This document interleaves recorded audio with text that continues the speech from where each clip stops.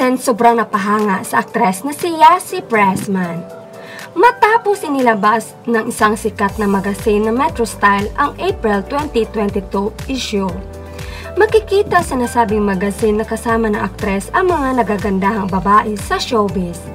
Kabilang sina Donalyn Bartolome, Shania Gomez, Zainab Harake, Alexa Ilacan, Jesse Mendiola at Vicky Roston.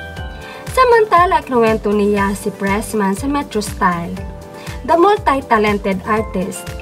Si Yasi Pressman ay nagsabi na ang kanyang estilo ng fashion ay nagbago sa paglipas ng mga taon, mula sa pagiging medyo konserbatibo hanggang sa being more edgy at experimental. Dagdag pa ng aktres, I'm a very modi dresser. Minsan gusto lang yung naka-t-shirt, naka-jeans, sneakers, super laid back. And then sometimes I love dressing too and bring out my feminine side in heels and dresses. Gayunpaman si Patty Yap ang stylist ni Yasi Pressman. Estilo siya ni Yasi Pressman sa proyekto kagaya ng Yes on Air video, kamakailan lang.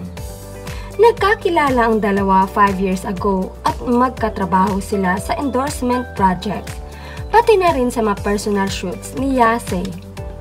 Pagdating sa styling, si Yasi yung tipong kumukuha ng cues sa mga pegs and she appreciates that Patty is collaborative and delivers. Samantala, talagang napawaw ang mga netizens sa photos ng dalaga. Ayon sa kanila, wow naman talaga Yasi.